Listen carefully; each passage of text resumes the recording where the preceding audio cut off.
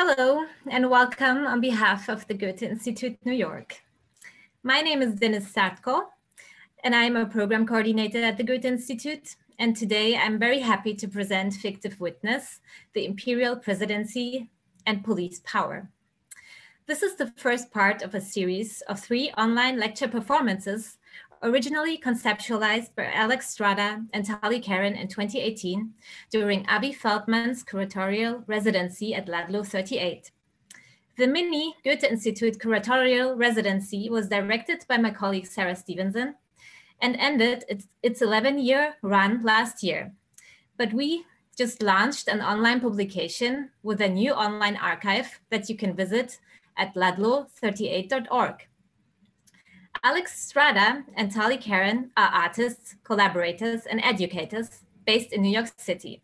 In addition to working together, Alex is a 2020 recipient of the NYFA Women's Fund for Media Artists and an assistant professor in residence at the Rhode Island School of Design. Tali's recent solo projects were shown at iBeam and Ludlow 38, and her forthcoming exhibition at MoCAT Detroit will open spring of 2021. Before handing it over to Tali and Alex, I want to thank all of our speakers, collaborators, the technical support, the ASL interpreter, Sarah Stevenson and Catherine Muller, and all my team at the Goethe-Institut, and of course, all of you for coming. Enjoy the lecture. Thanks so much for joining us today, and thank you for that introduction, Denise. My name's Alex Strada, and with me on the screen is Tali Karen. We are artists and collaborators, and we are the team behind Fictive Witness, which is a lecture performance series that originated at Goethe-Institut in 2018. The series uses our film Save the Presidents as a point of departure. Structured over the course of the day, the film depicts a field of cracked and decaying presidential monuments and the manual labor that takes place around them. We see these cracks as fissures of opportunity to unpack oppressed American histories and to politically imagine what else might be possible. For each performance, we invite a different speaker or speakers to present a layer of narration over the film that relates to themes that lay beneath its surface. Rather than a literal description, these interventions speak to the gap between monumental representation and historical narratives that are all too often overlooked. This fall iteration of Fictive Witness will consist of 3 Zoom lecture performances. Today, as we all know, we're gathered for the Imperial Presidency and Police Power with Alex S. Vitale and Nikhil Pal Singh, who will be introduced by Tali momentarily. On November 14th, interdisciplinary scholar Noliwe Rooks' lecture will center on the histories of educational integration within the public school system. And she'll also be joined by Whitney Stevenson of Teens Take Charge to discuss strategies for educational justice. On December 12th, Native American Studies scholar Sherry Hunnendorf will address the complex ways in which US history and memory entails Indigenous erasure, while exploring the potentialities of counter monuments through artworks made by Native artists. We hope you'll join us. We want to thank Tuto Durkak Somo, an artist and tech wizard, for producing the series. We're also very grateful to have Patrick Michael Cobble interpreting today's performance. Thank you very much to everyone at the Goethe-Institut, including Sarah Stevenson and Denise Sertkel, for supporting these performances and for making them possible. So, hello everyone. As Alex said, I'm Tali. We are so thrilled to have Alex S. Vitale and Nikhil Pal Singh with us to reopen the series. Alex and Nikhil, please turn your cameras on so we could all see you. Hello. It's wonderful to be with you here. Thank you so much for collaborating with us. I'm going to read your bios now. These are the condensed versions of the tremendous scope of each of your works. So, Alex S. Vitale is professor of sociology and coordinator of the Policing and Social Justice Project at Brooklyn College and a visiting professor at London Southbank University. He has spent the last 30 years writing about policing and consults both police departments and human rights organizations internationally. Professor Vitale is the author of City of Disorder, How the Quality of Life campaign transformed New York politics, and The End of Policing. His academic writings on policing have appeared in Policing and Society, Police Practice and Research, Mobilization, and Contemporary Sociology. He's also a frequent essayist whose writings have been published in the New York Times, Washington Post, The Guardian, The Nation, Vice News, Fortune, and USA Today. He has also appeared on CNN, MSNBC, CNBC, NPR, PBS, Democracy Now!, and The Daily Show with Trevor Noah. Nikhil Pal Singh is professor of social and cultural analysis and history at New York University and founding faculty director of the NYU Prison Education Program. A historian of the civil rights movement, foreign policy, and national security in the 20th century United States, his most recent book is Race and America's Long War. He's also the author of the award-winning Black is a Country, Race and the Unfinished Struggle for Democracy, and author and editor with Jack O'Dell of Climbing Jacob's Ladder, the Black Freedom Movement writing of Jack O'Dell. Singh's essays and interviews have appeared in numbers of popular venues, including New York Magazine, N+1, Time, New Republic, The Intercept, the New Statesman, Boston Review, Open Source, and Code Switch. So we will start today's screening with Save the Presidents, featuring a pre-recorded intervention by Alex S. Vitale. Nikhil Pal Singh will then respond to Alex's lecture, following by a collective discussion between Alex, Nikhil, and the audience. And now, without further ado, let's turn to our film, Save the Presidents.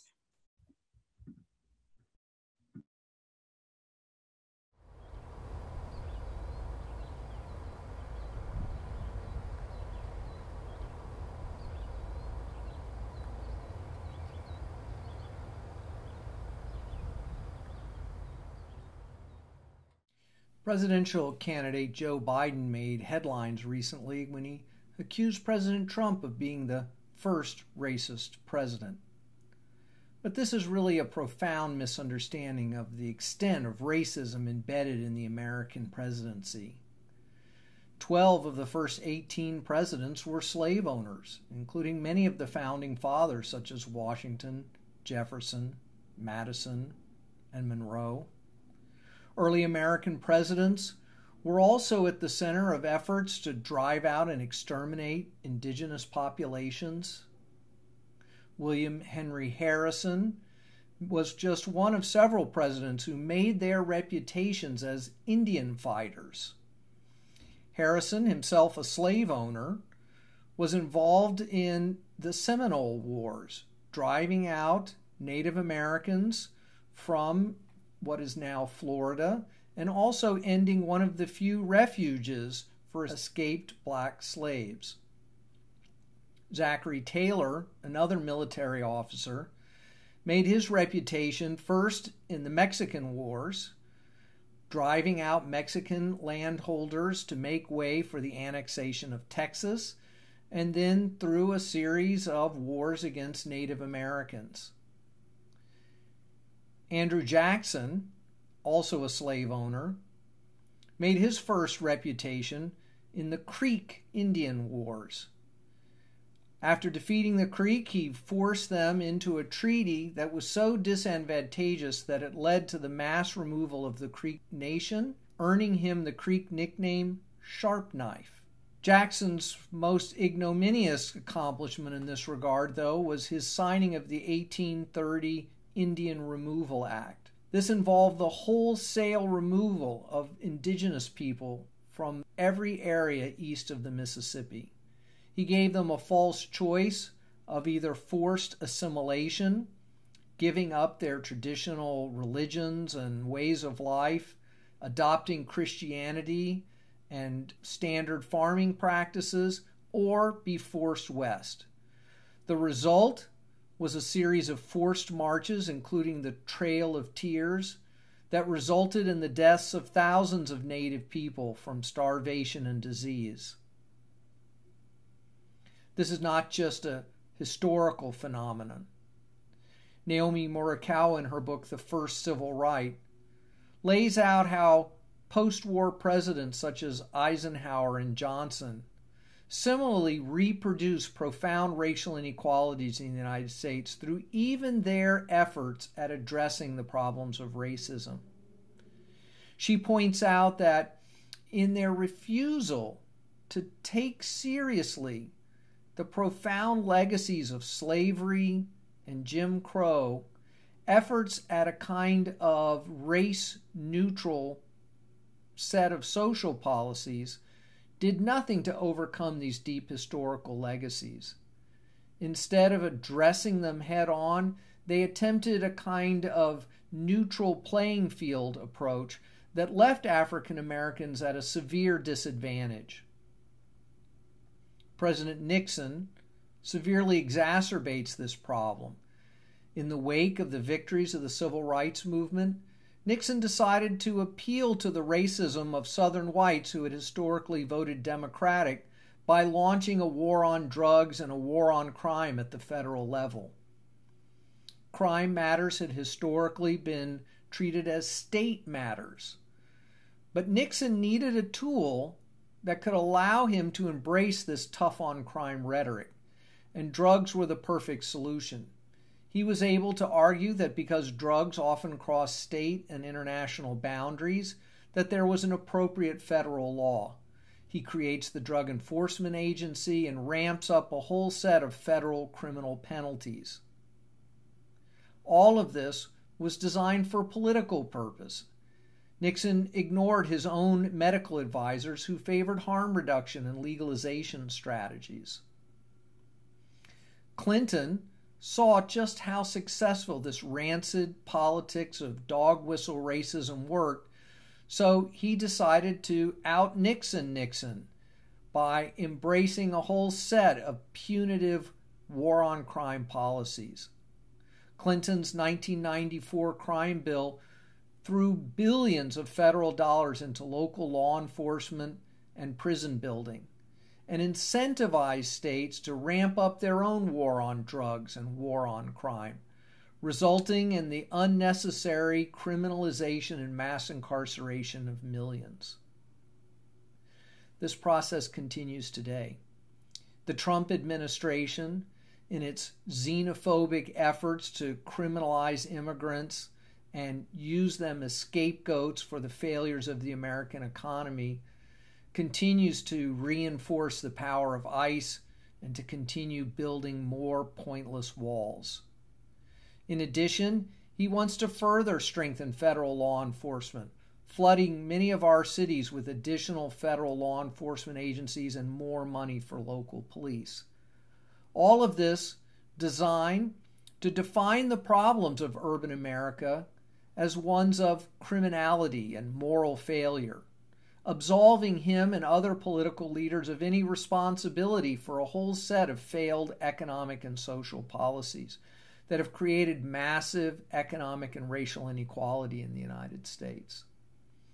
By defining the problems of Chicago and Portland and Detroit as ones of gangs and drug cartels, he ignores the problems of deindustrialization, collapsing infrastructure, inadequate healthcare services that he and members of both parties have been responsible for creating. It's also clear that if Joe Biden is elected, he's not prepared to take major steps to resolve these problems.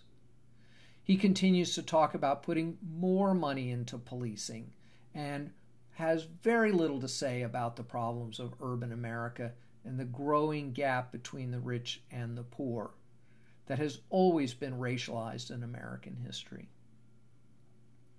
It is this kind of deep historical structural analysis of the presidency that leads us to see how this institution was never created with the interests of Black and Indigenous people in mind. The racism is built into the DNA of the office. The presidency was created in the Constitution as a strong office, in large part to help maintain the balance between slave and non-slave states, to allow the institution of slavery to persist. It was also necessary to have a strong executive as the leader of the military, to harness extensive military forces that could be utilized to constantly push out the Western frontier through the extermination and displacement of indigenous populations. It's this same analysis, this same historical approach that undergirds the deep analysis of the police abolition movement. That movement understands that the historical function of policing is rooted in exactly these dynamics of racial exploitation. When we look at the origin of modern police forces, we see them inextricably linked together with issues of slavery and colonialism. I argue that the first modern police force in the world was the Charleston City Watch and Guard, formed in the late 1780s. Charleston, like many cities in the American South, had a system of slavery in which slaves worked outside of the home of their owners, very different than the plantation system we normally think of in the rural parts of the South. Under this urban form of slavery, slaves woke up each morning in the home of their owners and then moved about the city to work for wages in warehouses, workshops, along wharves, but those wages were then returned to their owners.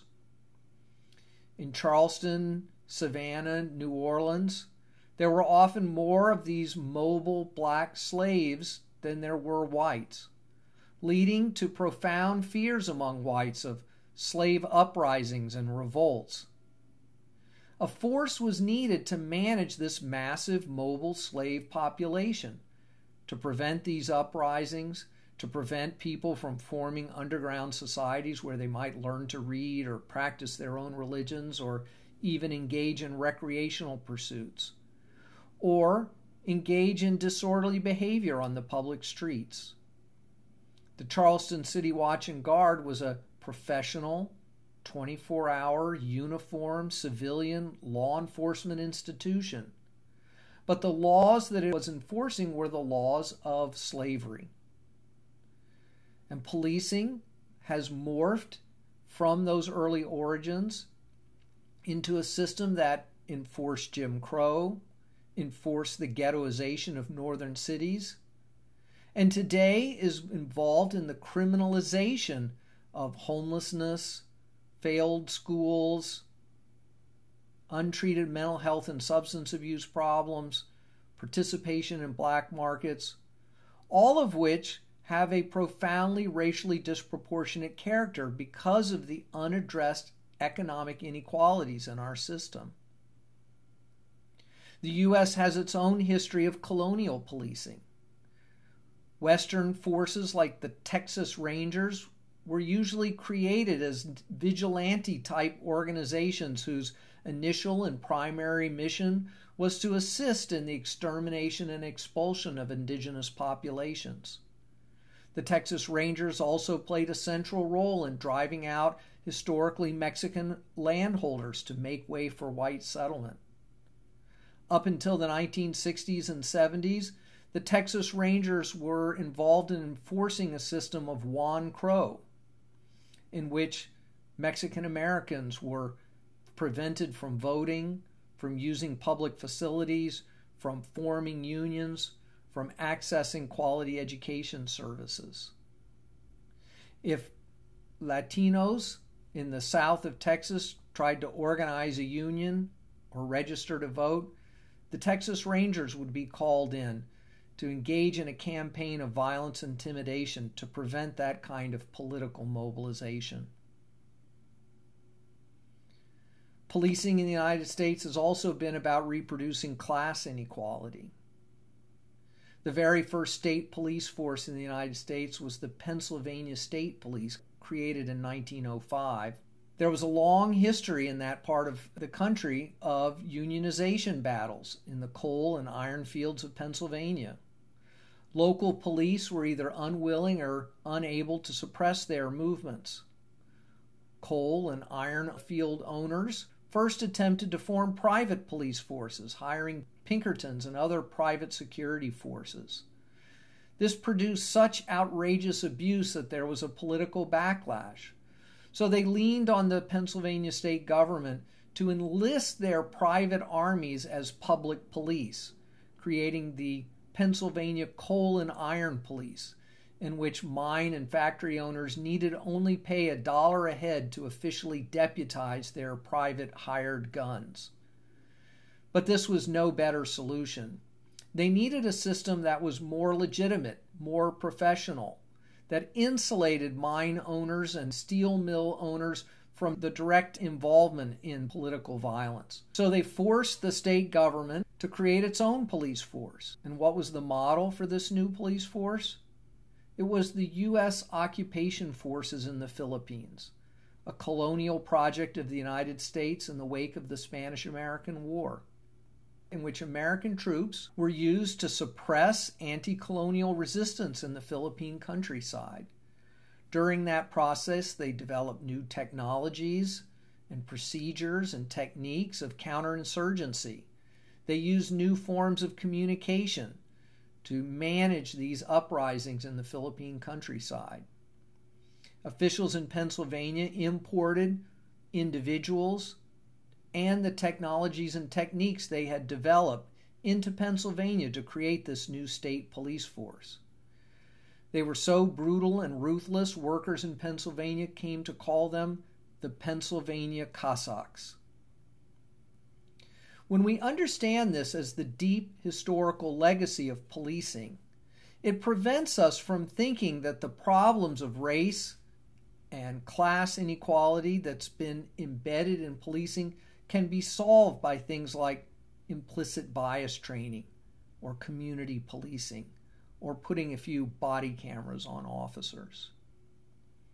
Implicit bias training rests on the idea that the problems of race and policing are the result of unconscious and unintentional decision-making by individual officers in their everyday actions as police.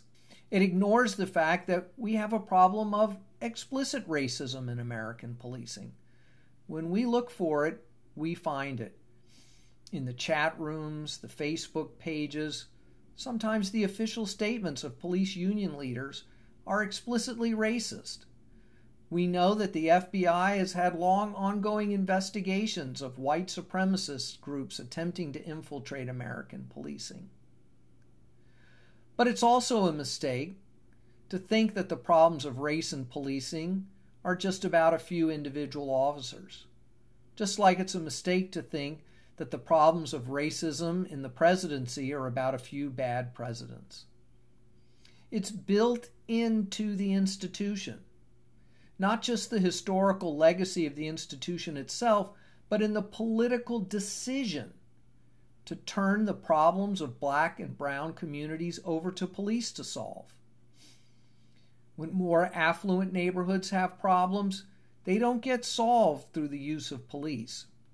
First of all, they don't have so many problems because people have stable homes and stable employment. They have access to high-quality health insurance. They have well-functioning schools, nice parks, after-school programs for their children. They don't achieve safety by putting a police officer on every street corner and engaging in mass surveillance, harassment, arrest, and incarceration. But the problems of black and brown communities are invariably defined as problems to be solved by policing. And this is really the problem with something like community policing. While it sounds good on the surface, we would like police to know who we are, to understand the dynamics of the community, to work with the community to solve its problems. What tools do the police really have, though, to solve our community problems? Guns, ticket books, handcuffs, tear gas. These aren't the tools that can solve the real problems that so many communities in the United States face. They don't have access to stable housing, mental health care services, high-quality drug treatment, school counselors, wraparound services for families in need of crisis support. They don't have any of those kinds of tools.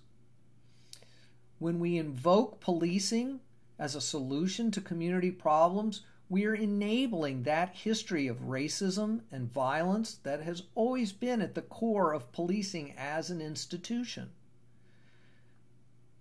Well, maybe we can fix this by putting some body cameras on officers, creating some transparency and acting as a kind of deterrent on police abuse. Body cameras rest on the idea that we have to give up a little bit of our privacy in order to keep an eye on the police. But what we found in study after study is that this is not working out that way. Policing is not getting better. Officer behavior is not changing. They are not being deterred by that camera that they wear. We had a high-quality study done in Washington, D.C. a few years ago in which some neighborhoods were given body cameras and similar neighborhoods the police were not given body cameras. And at the end of the study, they found the cameras had absolutely no measurable effect on the policing of Washington, D.C. And yet, officials in D.C. said they didn't care about the results of the study. They were going to give body cameras to all their officers. Why? Because they were using it for evidence gathering. We're getting all the surveillance of our lives with none of the accountability and improvement in policing that we bargained for. That's why the defund the police movement and police abolition movements say that the solution to the abuses of policing can't be found in more money for training and technology for police. We need to completely rethink the scope and intensity of policing. Why have we turned every social problem under the sun over to the police to manage? This represents a kind of profound political failure. Why? Well, because political officials in both political parties have become invested in a kind of bipartisan consensus that in the face of global competition, all they can do is embrace a kind of neoliberal austerity politics in which they subsidize the already most successful people in the economy in hopes that some of their success will trickle down to the rest of us. But this trickle-down economics hasn't worked. It hasn't produced a robust, successful middle class. It's produced the highest levels of inequality in the nation's history. And as part of that, it has produced mass homelessness, mass untreated substance abuse and mental health problems, mass participation in black markets of drugs and sex work and stolen goods, failed schools, failed social programs, and a declining social safety net. And then, rather than addressing those problems at their roots, those problems are criminalized.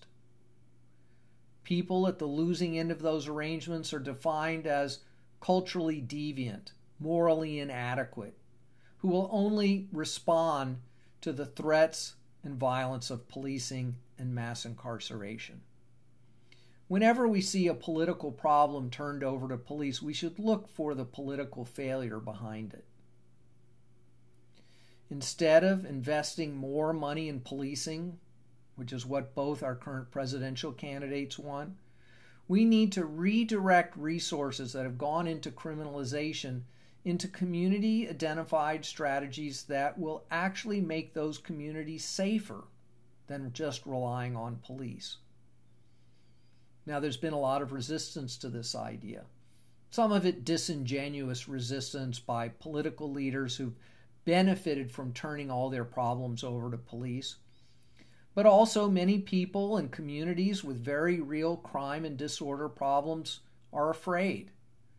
For generations, they've been told the only tool they can have to address their community problems is more police. And when they hear that what defund the police means is that they're going to be losing the one tool that they've ever had, they react conservatively. But that's not what this movement is about. It's about providing new resources for communities to invest in programs that will make those communities safer. The defund the police and police abolition movements are public safety movements.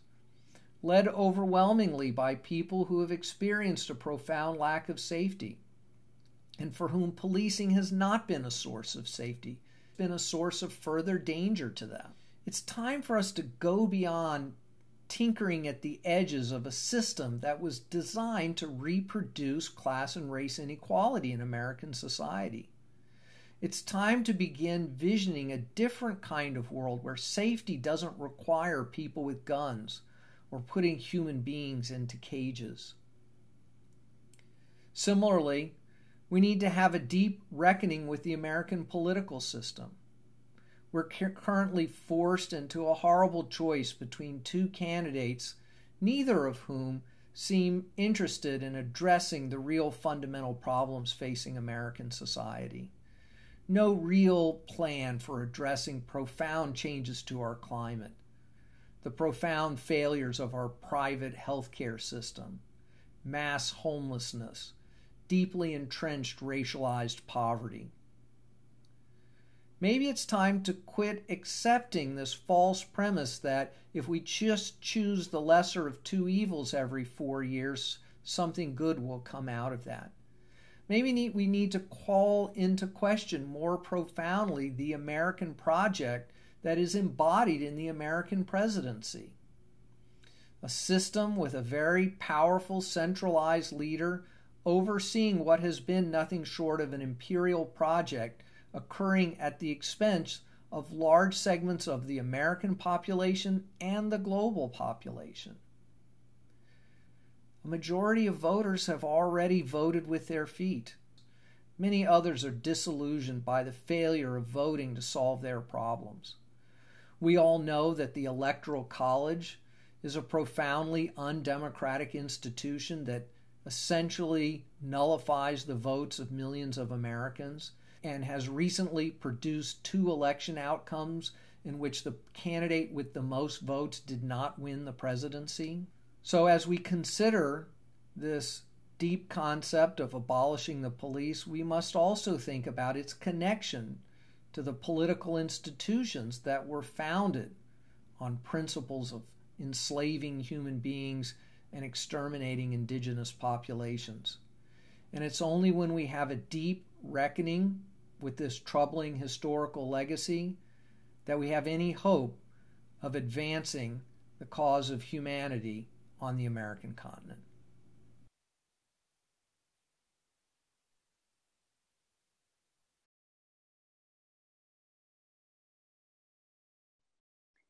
I would like to now invite Nikhil to respond to the lecture performance. Okay, thank you very much. What a wonderful lecture, what a wonderful film, very moving and evocative. I'm gonna thread my remarks through some of the remarks of Alex Vitale, and then we'll have an opportunity to have a conversation. So I wanna start here with a quotation from the autobiography of Daryl Gates, the former police chief of the Los Angeles Police Department. After the Watts riot, without official authorization, several of us began reading everything we could get our hands on concerning guerrilla warfare, Gates reminisces in his autobiography. We watched with interest what was happening in Vietnam, and we looked at military training, and we studied what a group of Marines based at the Naval Armory in Chavez Ravine were doing. They shared with us their knowledge of counterinsurgency. The man who would rise up to become chief of one of the nation's largest and most violent urban police departments in the country was not alone in seeing counterinsurgency overseas and policing at home as fundamentally related operations. Reviewing the history of the use of dogs in war and police work in the journal Police Science in 1955, another US police professional and scholar of policing, Charles Sloan, put it this way: fighting an enemy in a declared war and fighting an enemy, the criminal, on the crime front are comparable battles for the very existence of civilization. For without the thin wall of police protecting the people from criminals, the world will soon revert to savagery and bestiality. Sloan made his argument at the very moment that municipal police forces throughout the United States were establishing their very first canine units, led by the cities of St. Louis and Baltimore in 1956, and a few years later, Birmingham, Alabama, where police dogs would be unleashed on civil rights protesters. Sloan's history of police dogs and their use is revealing. He pointed to the English police, the mounted police of Canada, Australia, South Africa, and Rhodesia, all of which he regarded as the most successful in their use of dogs for trailing the spoor of the human. The most famous police training center for dogs in the world, he observed with admiration, was in Pretoria, South Africa, a country which had just recently instituted racial apartheid as its governing constitution. Defining the United States alongside the world's major Anglophone settler colonies, Sloan highlighted something distinctive about the United States. The use of dogs tracking down escaped criminals and slaves, he observed, has been commonplace in the United States for the past 2 centuries, a comment he left without any condemnation of the kind that we would now give it today. Charles Sloan was not only a scholar of policing, but he was a police chief in Cortland, New York, and he later became a state administrator in Albany, where he oversaw examinations for professionalizing the police statewide. The year his essay on police dogs was published, his career took an important turn. He joined an advisory group assigned to Saigon, Vietnam, charged with the task of establishing South Vietnam's first police academy. Sloan's itinerary from scholar and small-town police chief to state police administrator to counterinsurgency police trainer outlines a circuit connecting legacies of frontier policing and slave catching to overseas empire and US military intervention across the globe. This is the same circuit that Daryl Gates outlined in reverse when he argued that the war in Vietnam had begun to teach America's urban police forces how to deal with supposed criminals on the home front. Now, today it is common to observe that the violent instruments and techniques of the military have been repatriated within our domestic policing and criminal punishment establishment.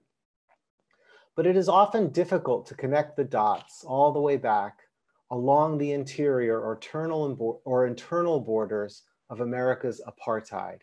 That is to recognize how ordinary American police work was developed on a human terrain fashioned by slavery and frontier expansion, and later gave shape to a view of comparable enemies within and beyond US borders.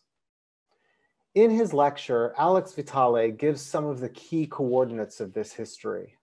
He also shows how the powers of the US presidency and the powers of the police have been braided together, and how a history of racism on the frontier and plantation is part of the connective tissue tying them together.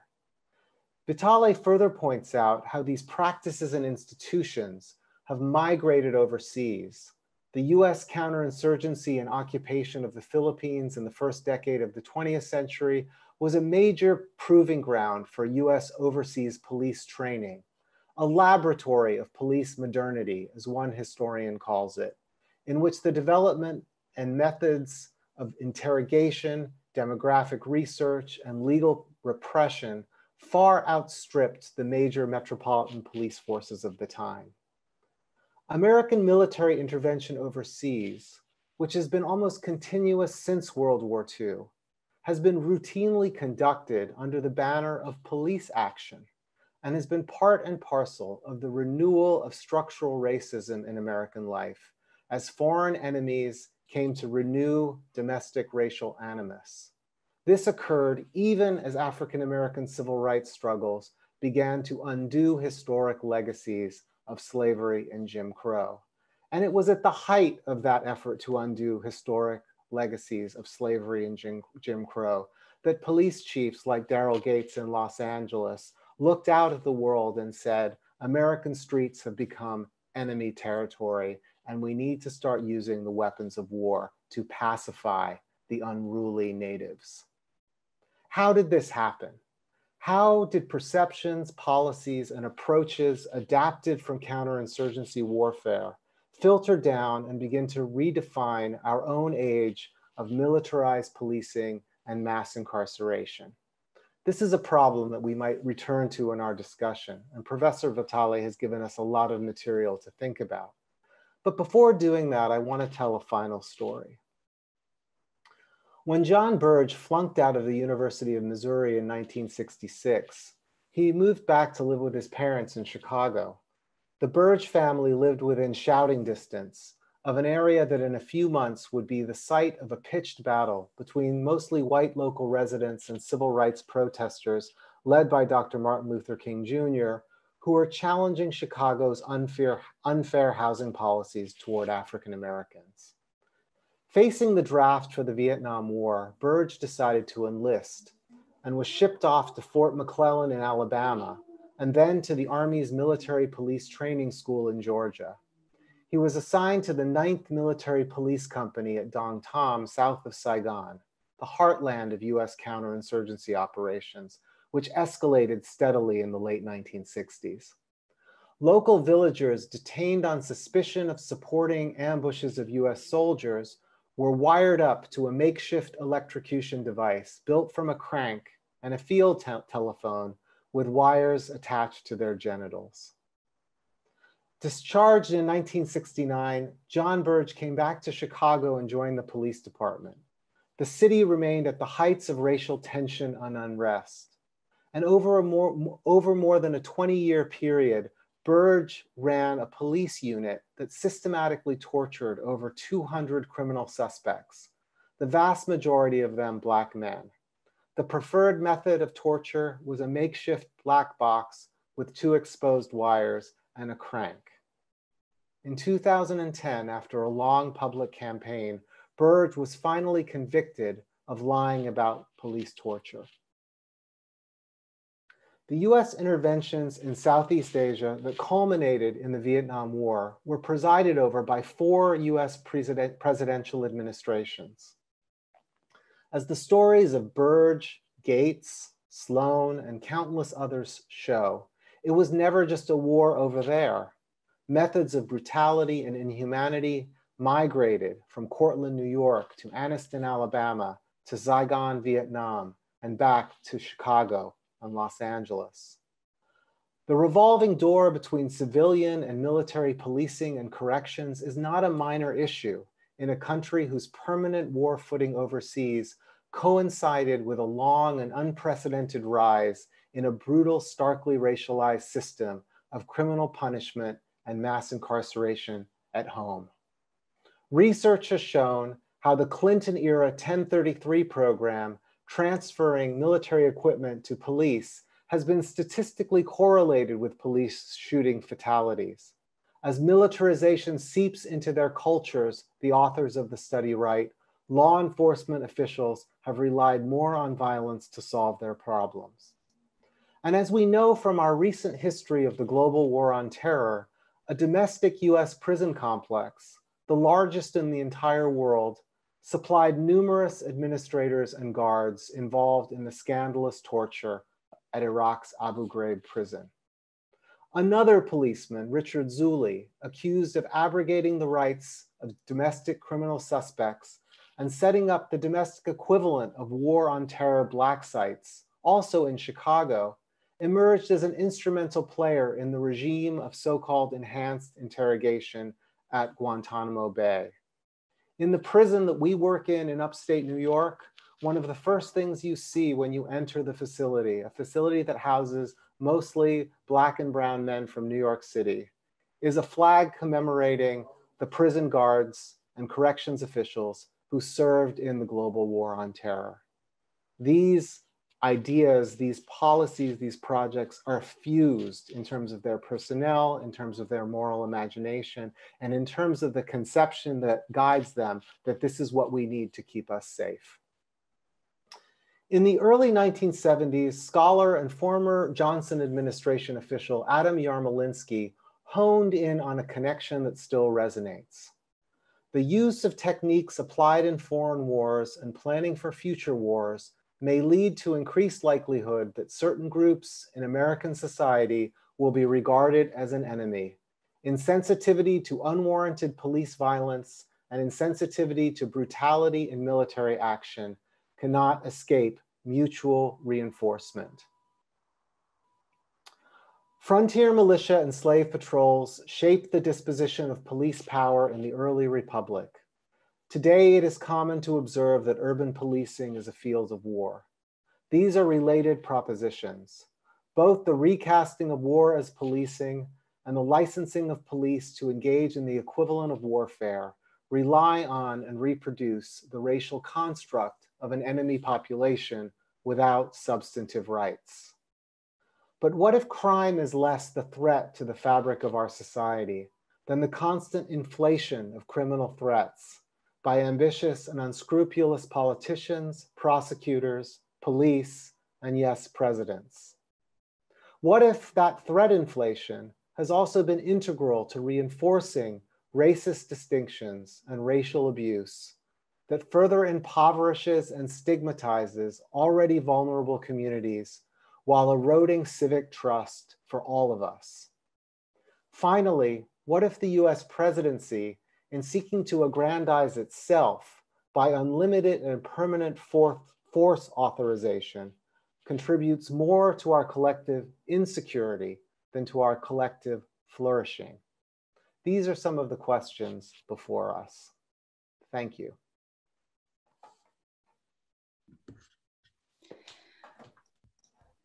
Thank you so much, Nikhil. And now, Alex, I would like to invite you back. Thank you. And we're also opening the chat up for audience responses. If any, as questions come up, I will bring them along. And again, thank you both of you for fascinating, enlightening talks and really mind-opening. I want to just begin the conversation. And would like to invite you, Alex, to respond to the lecture you just heard from Nikhil, and we'll take it from there. Well, thanks so much, Nikhil, for making more real and concrete the international dimensions of this, which was something that I was not as immersed in when I began my work in policing 30 years ago. I was looking at the emergence of domestic creep of policing into the management of homeless populations and people experiencing mental health and substance abuse crises. And this led me to think more deeply about the kind of political failures behind this expansion of police power. But it's certainly the case that we have to understand this deep interplay between the two. And one of the ways that I've tried to think about this more is through the issue of border policing. The ways in which we have this free movement of police advisors, military advisors. We have this free movement of capital and goods, but that we continue to maintain these profoundly policed borders. And with the expansion of ICE, there's a real sense in which the border is now everywhere in America. And I think of border policing as really serving two functions, which is the production of a certain kind of set of labor arrangements, because we've never had a closed border. We've just had different regimes of control of migrants. And the other is the use of the border to produce whiteness, to create the idea of the other that is almost always expressed in racialized terms. And so I think one of the challenges for the movements that are emergent in this period is how to cobble together this analysis about the border, an analysis about domestic policing, and an analysis about American imperialism abroad.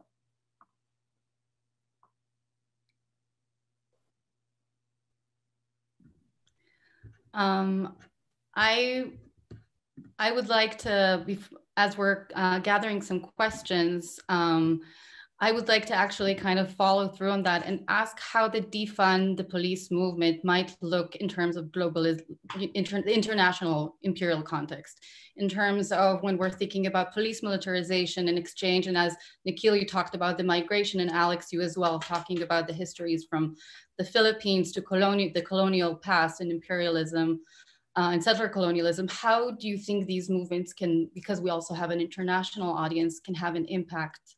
How does the defund the police can have a global impact? Well, I'll just say for myself, my first political involvement in the early and mid 1980s was around the issue of nuclear weapons proliferation, mostly domestic proliferation. This was during the Reagan administration, when many of us felt a kind of profound existential threat from this massive growth of nuclear weapons capacity. And part of that analysis was always domestic as well as international. Not only did those weapons represent a threat to human life around the world, but the engaging in a politics of nuclear weapons production was interfering with the ability to create any kind of positive redistributive or just politics in the United States. And I remember learning at one point that the production of components for nuclear weapons in the United States occurred in all 50 states as part of a political program to make sure that senators in every state had a vested interest in terms of keeping jobs in their states in continuing this nuclear weapons production machine. So when we talk about defunding the military, and I'd love to hear Nikhil's thoughts about what this would look like internationally, but domestically, this could look like the freeing up of resources to create green infrastructure, to create free higher education, to create free childcare for those who need it, to create free high quality healthcare services, and still have billions and billions of dollars left over. It's a good question, and this is a good line of discussion. I mean, I think I'll start by saying one thing, that we should remember what the police are there for. The police are presented in the guise of an institution that creates public safety or prevents social disorder, but the police are primarily there to ensure the unequal distribution of property. They're there to underwrite a propertied order that is unequal and that may have some legitimacy, but whose inequalities are actually what generate social crisis. So the police are a kind of insurance policy. And one of the reasons that the police become coercive, and exceptionally coercive, I think, in our period, is that those inequalities have grown. So where you see inequalities and immiseration grow, you also see certainly evidence of more social disorder, social unrest, but you also have the police called in to do the work of making sure that that remains contained to certain parts of the city, to certain parts of the country, to certain facilities where people who are criminalized are then confined and sequestered and so forth. So we've seen the growth of a kind of coercive power, a metastasization of coercive power that has coincided with, in some ways, our growing unequal society. And that is true all over the world. And one of the things I think we can see from the last 10 years of movements around the world, from Tahrir Square to Black Lives Matter, to the current protests that are occurring in Nigeria, you see that the problem of the police is always the frontline problem. It's people confronting the police as the frontline agent of coercive, unaccountable power. And the police then become the mechanism to restrain the demos that is trying to assert itself in the face of that. So I think Alex is absolutely right that we have to think about the redistribution of resources away from the police, but we also have to recognize that the police exist because that redistribution hasn't happened already. because we have actually taken a road in the last 30 years that has led us away from social welfare, education, community-based solutions to environmental, social, and economic stress, and invested in the police as a way of kind of containing these problems in the hopes that the wealthy parts of the city, the wealthy parts of the world can kind of just go about their business. And it's also true that this kind of understanding of police has operated as a kind of operating system for the United States conception of itself in the world. The United States did take on the role of a kind of policeman for the kind of global capitalist system after World War II.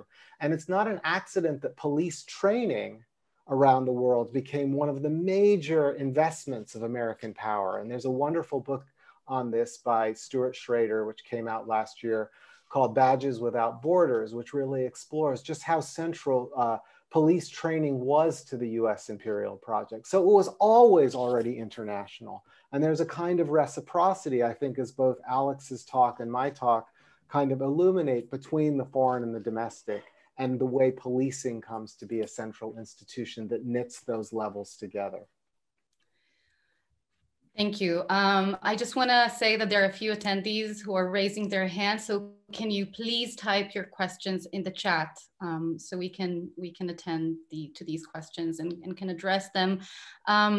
I'm sure we'll come back to the reallocation of resource and the defund the police. There is a question, just to segue a little bit, that has Bruce in the audience stated, perhaps I missed it, I didn't see President Obama image among the decaying sculptures.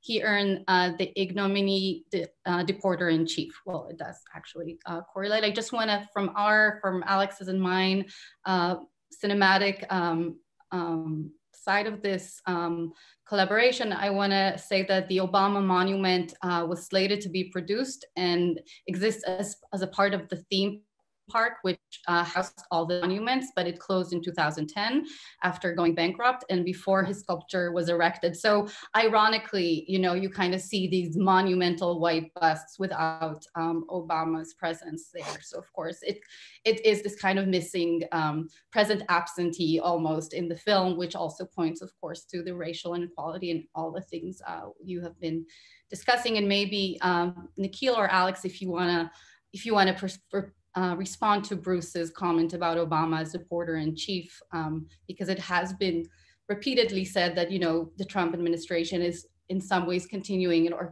highlighting even in bringing them to the new level pre-existing policies from the Obama era. Well, in a lot of ways, this begins with the Clinton administration. The Clinton administration creates the legal and in some ways physical infrastructure that then is picked up by the Obama administration to engage in the mass detention, criminalization, and deportation of migrants. And then Trump inherited this infrastructure and was able to very quickly put it to even more, you know, nefarious purposes with even deeper human rights abuses. But this has always been a bipartisan project. And of course, I didn't bother to lay out the political parties in my discussion about the early American presidents, in a sense, because it's irrelevant. That this is central to the American project, and it is not a question of political party ultimately. 100%, 100%. I think that I left out a little anecdote in my talk because I was going to try to include something about the Obama administration, but you know, Eric Holder, who was the first Black Attorney General, you know, and has now been very important in kind of trying to advance voting rights projects around the country, and I commend him for that. He was also a real tough law and order cop in DC. And when he was the district attorney for the District of Columbia, he presided over the expansion of what was called Operation Ceasefire. And it was one of the real signature kind of campaigns of the war on drugs. And there's a long discussion of this in James Foreman's wonderful book, Locking Up Our Own. And he quotes a local policeman in DC saying, we violate the Constitution every day down here. It's a jungle, you know, and that was really the moment of the rise of mass incarceration under Clinton, or really the acceleration of mass incarceration under Clinton. The idea that you were going to put more cops on the street, that you were going to engage in more violent policing, that really entrenches there. And you see these kind of personnel travel, right? So Holder then goes from DC to the Obama administration, you know, another decade later, and he's writing memos defending the drone war. And the memos he's writing defending the drone war, interestingly enough, harken back to policing. Because one of the memos that I looked at in my research basically says, well, it's okay to kill people because in certain cases when you haven't even adjudicated their guilt or innocence, because it's a lot like when the police shoot a fleeing suspect or when they think they're in danger from a criminal suspect. So it's almost like the sort of the small bore thing that we're fighting over all the time now, where police are killing people and using deadly force in situations that are ambiguous, and then basically being sort of inoculated from any kind of accountability, is really also then happening at this kind of international level, and the exact same rationale is in place. You know, and I think we shouldn't be surprised that we find ourselves in this situation. So the last thing I'll say is the Obama administration to the Bush administration is kind of like the body cam, you know, to brutal policing, right? And I think Alex had a great discussion of the body cam, because it's sort of like, well, okay, so Obama comes in and says, we're going to clean up this mess that happened in the prisons of Iraq, that happened, you know, ripping people off the streets, that happened, you know, engaging in a war that the public now sees in all of its gory brutality. And the way we're going to clean it up is we're going to sort of now follow more rules. We're going to be a little bit more careful. But what actually happens is the same structures are not only entrenched, but in some ways expanded. You know, and then we see how they're then just delivered over to the next administration, in this case, Trump. So I think it's really, really important, and I think this was a key thread in Alex's lecture, to understand these continuities and what it will actually require from us to break from this kind of way of exercising power in these unaccountable, anti-democratic, and ultimately deeply racist ways.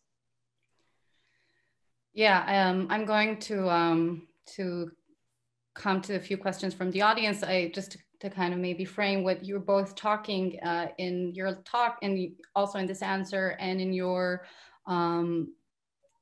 paper, or in your presentations, is the core failure. There's something about the failure itself of the system, and not like the idea that the system can be fixed or corrected. There's something at the core that we need to address. And in some ways that does go back to the questions of who the president in power. So Olga in the audience has asked, can you please comment on gun control in the US, the role of the NRA, and people who are collecting machine guns in their basements? Great. So, you know, we have this incredibly violent country.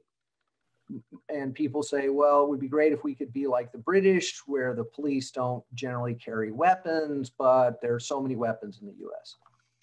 And then the response is from folks like Michael Bloomberg is, well, we need gun control. We need legislation to reduce the manufacturing and distributing of guns and to criminalize people who violate those rules.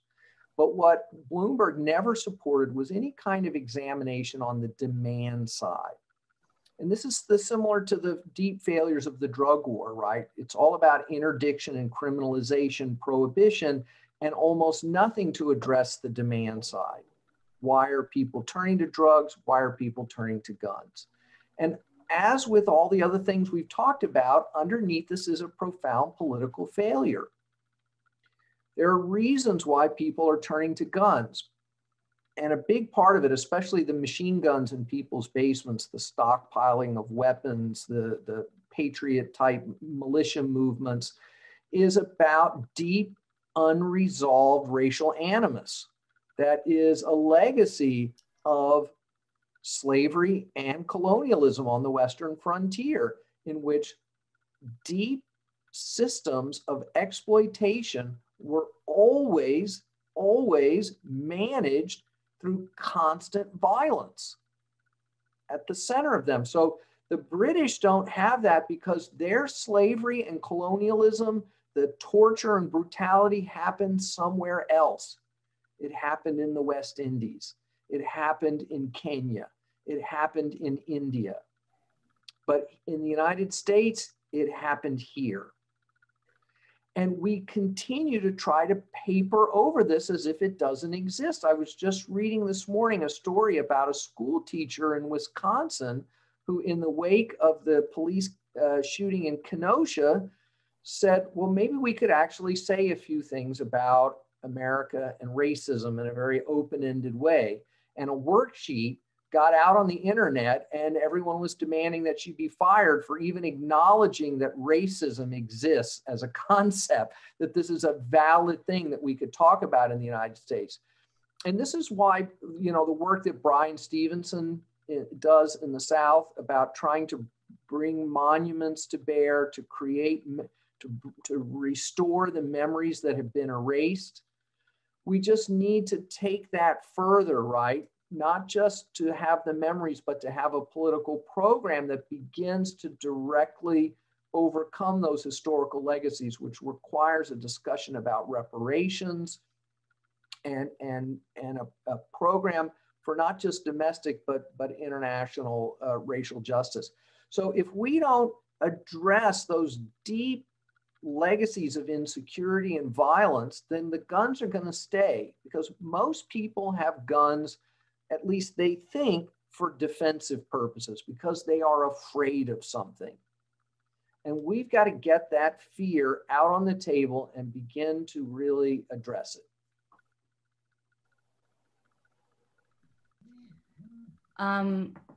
Thank you. I'm going to continue to another question from Gwen in the audience. And she asked, could you please speak to the imbrication of institutions of higher education in this broader discussion of policing? I'm thinking of recent militarized response to students' activism by the UC system, as well as deeper violent colonial histories of the formation of US land-grant colleges. What type of structural change do you believe are needed in higher ed? You want to start with that one, Nikhil? I mean, I'll just say a couple of things. I think there's a lot of work going on right now to depolicify really campuses, you know, to take away weapons from campus police, to change the orientation of educational institutions so that they're not using police for security. That doesn't just apply to colleges and universities. Obviously, it also applies to the public school system, especially in most urban locales in the United States, where policing has become much more common inside schools and is a very destructive force and presence. This is a key part, I think, of the wider reform movements that Alex has been so centrally involved in. I will say one more thing, though, which is that one of the things that we have done at NYU in creating a prison education program is to try to think about what the university can be as a space for reconnecting resources and communities and opportunities that are really about opening the university, right? So one of the things that the police exist to do is to sort of draw a boundary around the university. That's why the University of Chicago has a big police force, because it has existed for its entire history in an impoverished African-American neighborhood that it is pretty ruthlessly exploited as the largest landholder, landlord, employer, and a very, very rich not-for-profit institution sitting on top of these impoverished areas. We can multiply the numbers of institutions in the United States that are like this. Yale and New Haven, where I did my graduate degree, certainly NYU and Columbia, New York City, Berkeley, which is on the edge of Oakland, You know, they're all over the country. We can find places where universities have produced oases. Princeton, which is next to one of the poorest cities in New Jersey, Camden, cities that have created little pockets, right? And you find next to them these very exploited, impoverished areas. And the police university interface is an extremely important part of that equation, and more people should be looking at it and studying it. Obviously, campus activists who could change these relationships where they live, but also this is a question of resource distribution and the responsibility of the university to the communities that reside within and around it. And I think that should be a central question for us. The most interesting movements along these lines are in places like Baltimore, Johns Hopkins, and at the University of Chicago, where students have made common cause with surrounding community members to try to reduce this overall burden of policing. And it's important to point out that the rise of campus security and police forces occurs during the 1960s, not to address problems of crime and disorder, to protect women from sexual assaults. No, it was to suppress student movements, to make it easier to proactively intervene in student protests. The other thing, and this is, I thought, where you were going with the question initially, was the ways in which the university has been a central player in enabling policing domestically and internationally. So again, in Stewart's book, there's a discussion about the central role of Michigan State University, which has a massive criminology program, in producing these police trainers who then go off around the world and train these police forces as part of American foreign policy initiatives. And today we have this massive infrastructure at places like Yale that is engaged in the legitimation of policing, the deeply uncritical re-legitimation of policing through a whole set of these superficial procedural reforms like implicit bias training. And so the university needs to engage in a kind of decolonization process. And this is happening at some places where people are beginning to look at the curriculum, beginning to look at things like the crime lab at the University of Chicago that are implicated in deeply problematic domestic and international policing practices.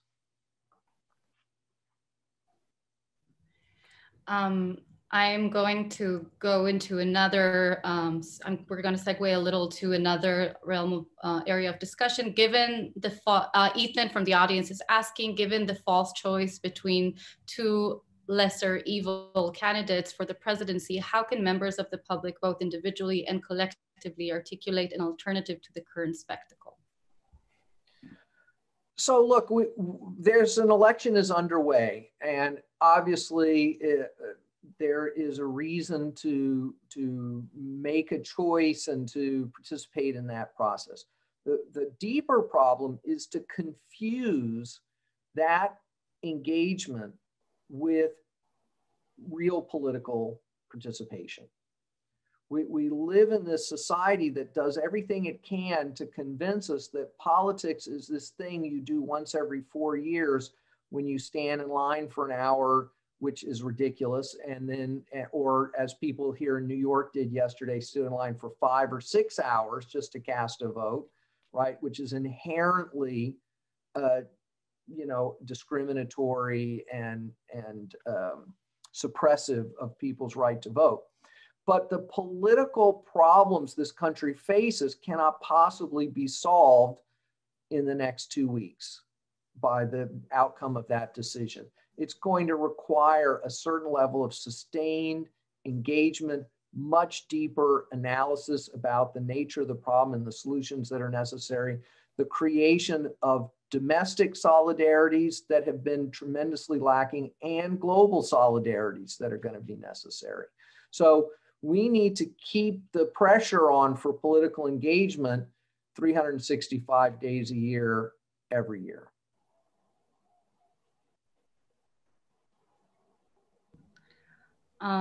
Okay, Nikhil, do you want to? Okay, I will say something maybe in the same grain as what Alex just said, but maybe just a slightly different emphasis. Seeing all those people lined up, and I'm in downtown New York, and I saw the long line in my neighborhood that friends told me took 4 hours. I've never seen anything like it. And of course, it's unseemly to have to wait that long to vote, and voting should be easier. And we should be finding all kinds of ways to pressure to make our democracy more functional and efficient and transparent and fair and accessible, including obviously lifting felon disfranchisement laws where they exist in many states, disenfranchising up to 10 to 20% of the African-American population in some of those states. We have a lot of obstacles to voting rights that are, I think, really, really important to contest. So given that we care about those things, I think we shouldn't also then turn around and be critical of voting. I mean, I think voting is one of the ways we exercise our democratic rights, and seeing a lot of enthusiasm around that is actually heartening to me. I think people are enthusiastic, and I think that people are paying attention. And I think that's the attention has actually been growing over the past decade. And we obviously have to pay attention, and we have to pay attention beyond the presidential election. I think one of the things we're actually seeing is some of the limitations on what the presidency can do. Maybe we're in the waning years of the imperial presidency. Maybe the problems that we face are actually so large and also so local at the same time, paradoxically, that we are going to have to figure out how to be engaged publics and citizens and practitioners of solutions where we live. I mean, this was always the message of the civil rights movement, be the change you are looking for, to cultivate the kind of leadership and initiative in ordinary people to solve problems that they actually face.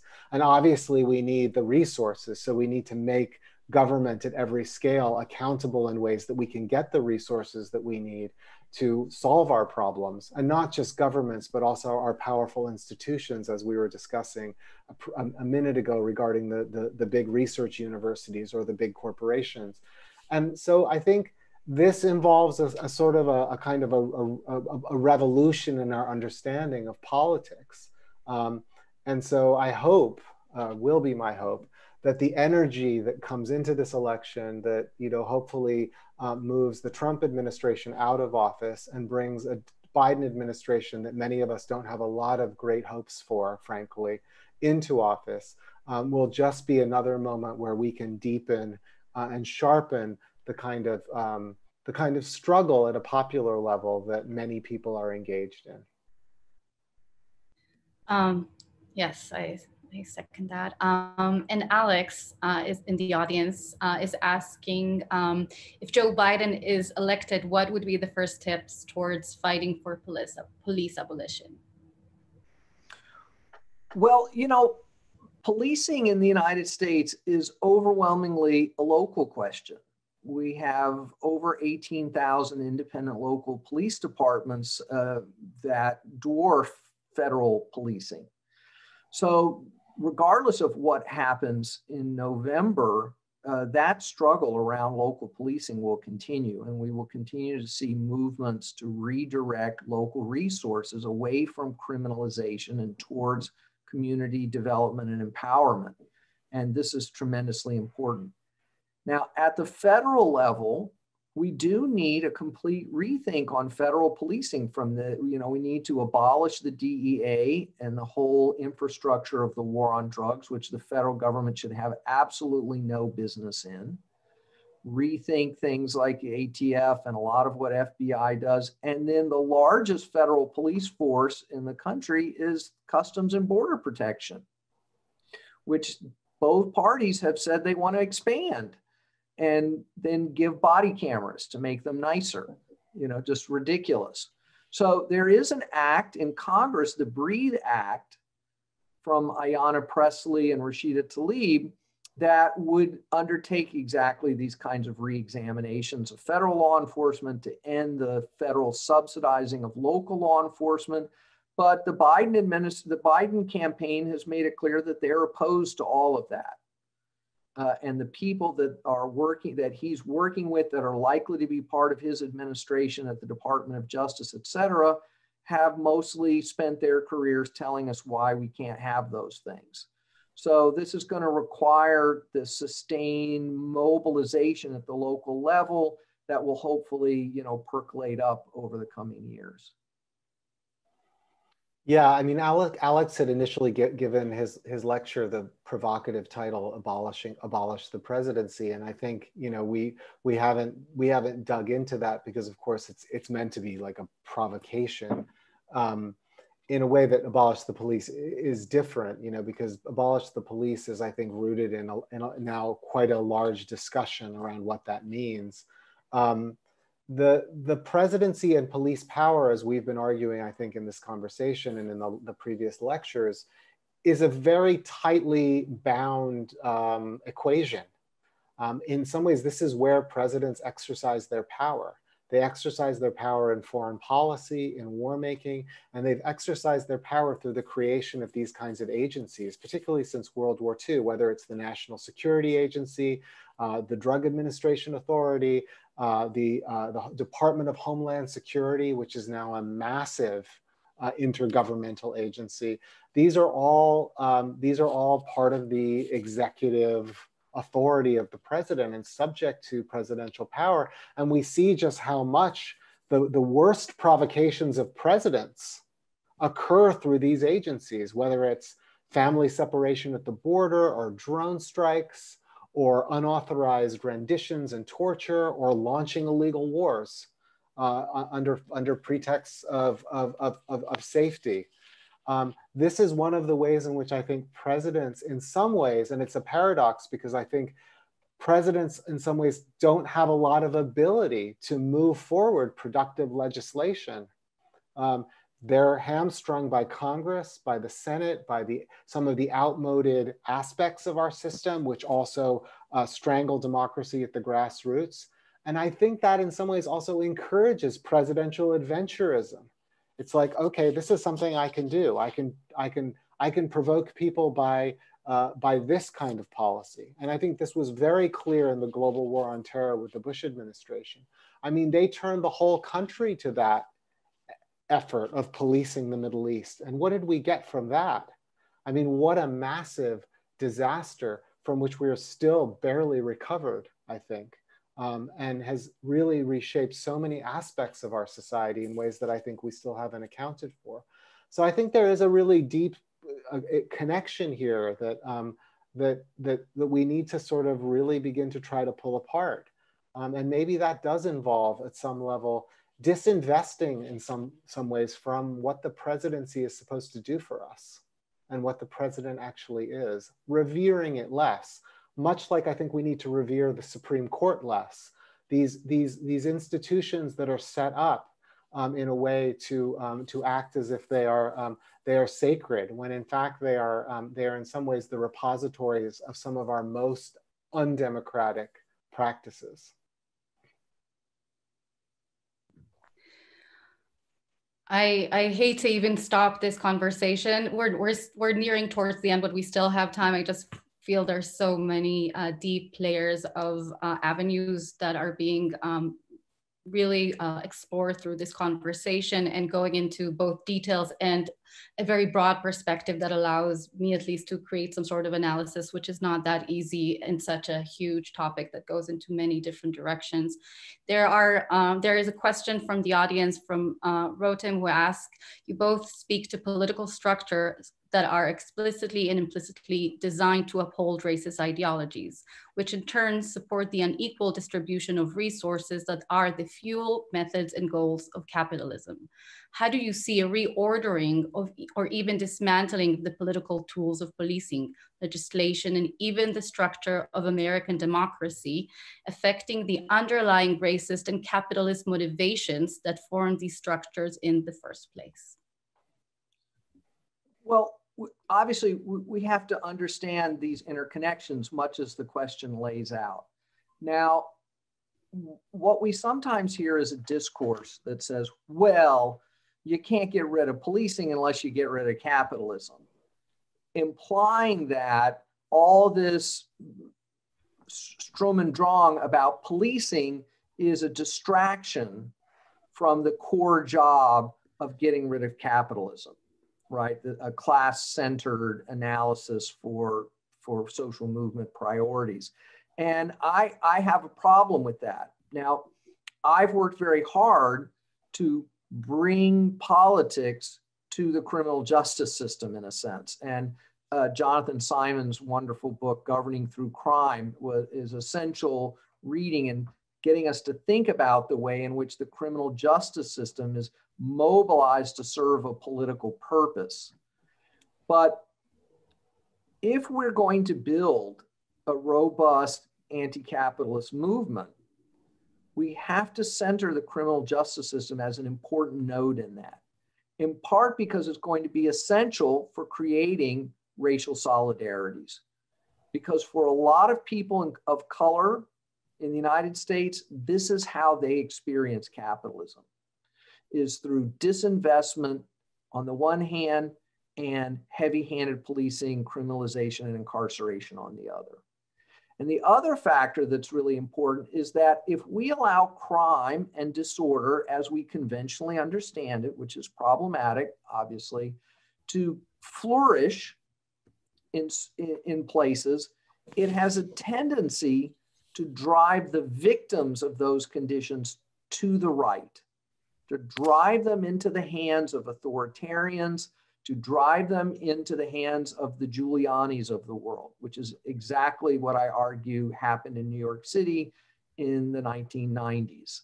So if we're not actively addressing those concerns through a logic of community empowerment and redistribution, then we'll never create the kind of broad solidarities that will be necessary to engage in systematic changes to our political and economic system, whatever those may turn out to be.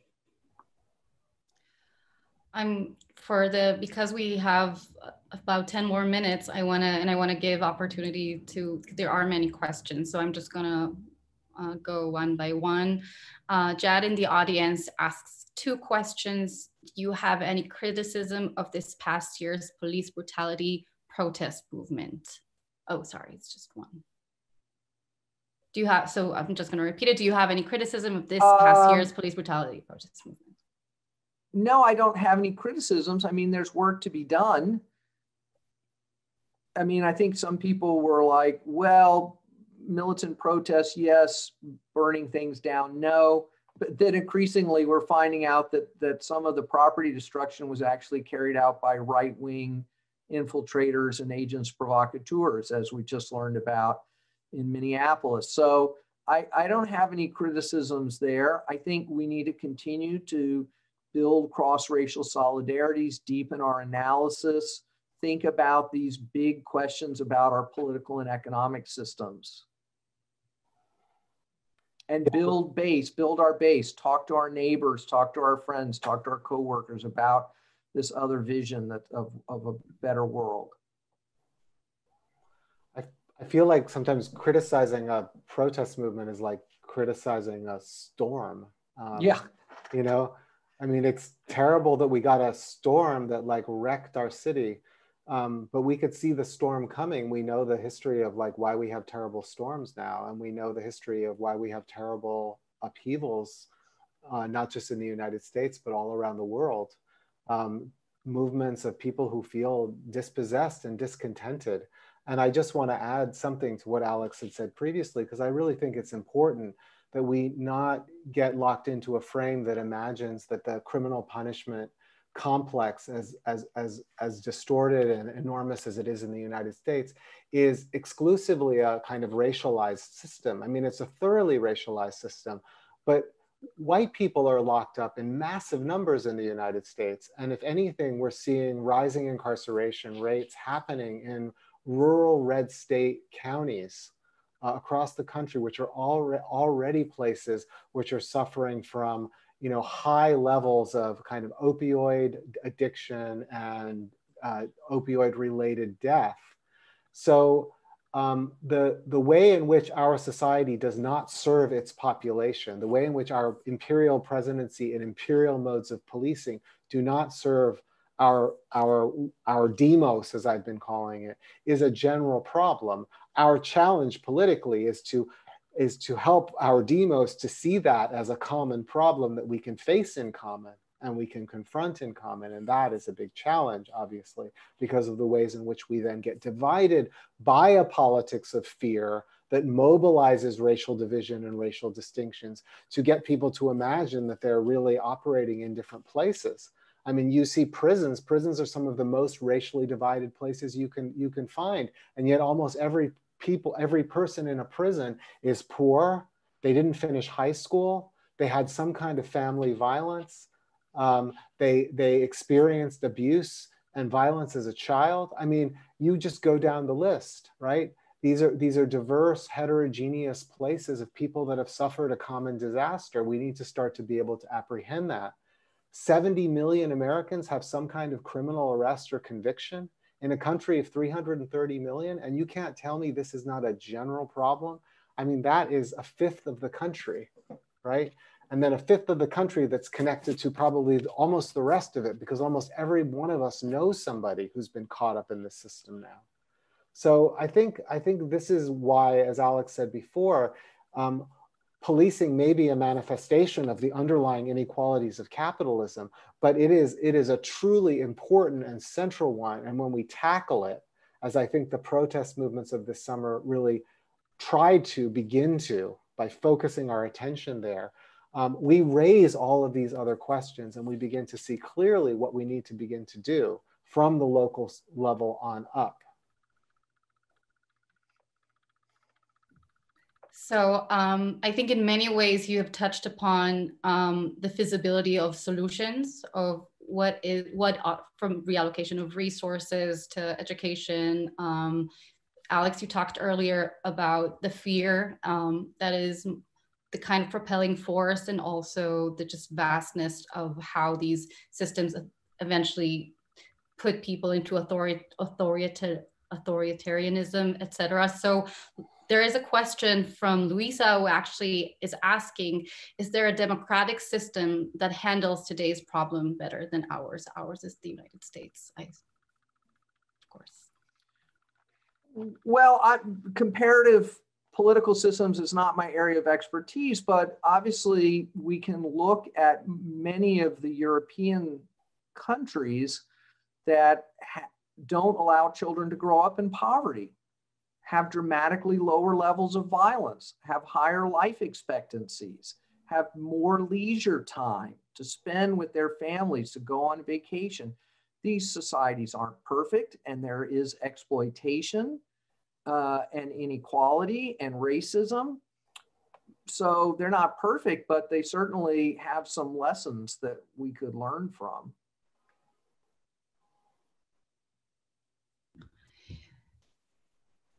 And so I'm going to go to the final question, which is from Alex and me.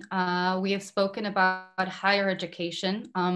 Our next speaker, Noliwe Rook's lecture will focus on the origin and histories of K-12 public education in the US.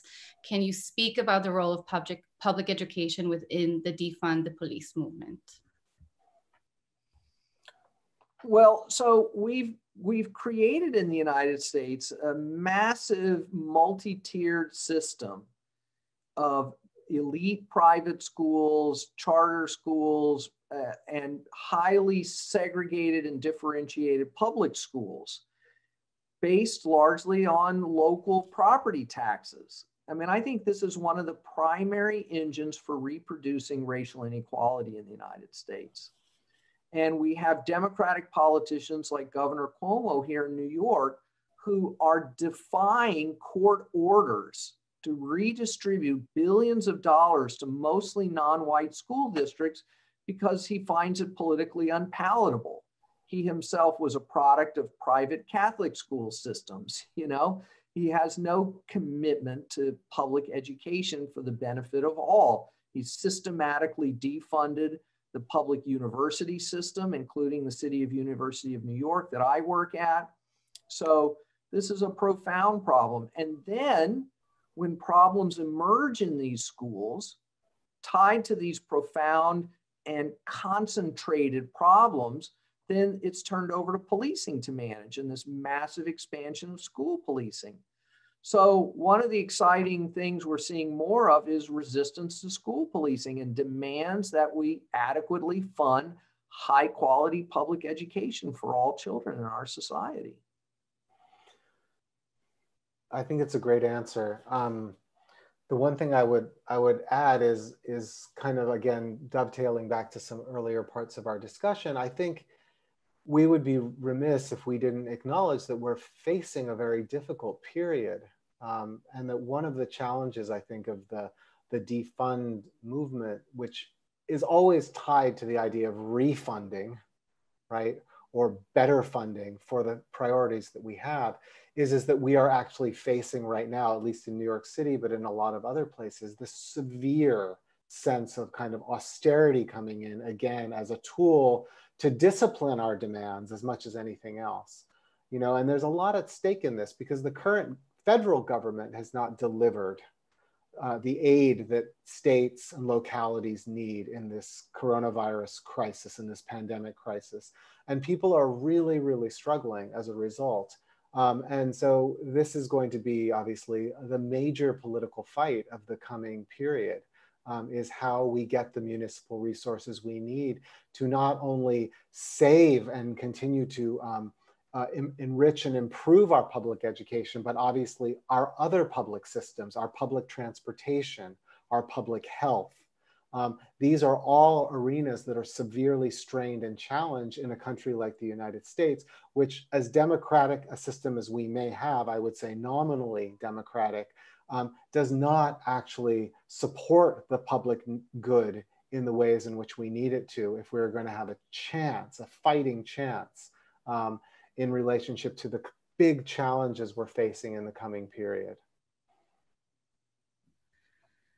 Those are almost concluding words that I think that are very important to bring into the conversation, the existence of COVID and the pandemic and the situation we're facing in New York and globally. And unfortunately, these are all the questions we can get for today. Are there any concluding thoughts you would like to share?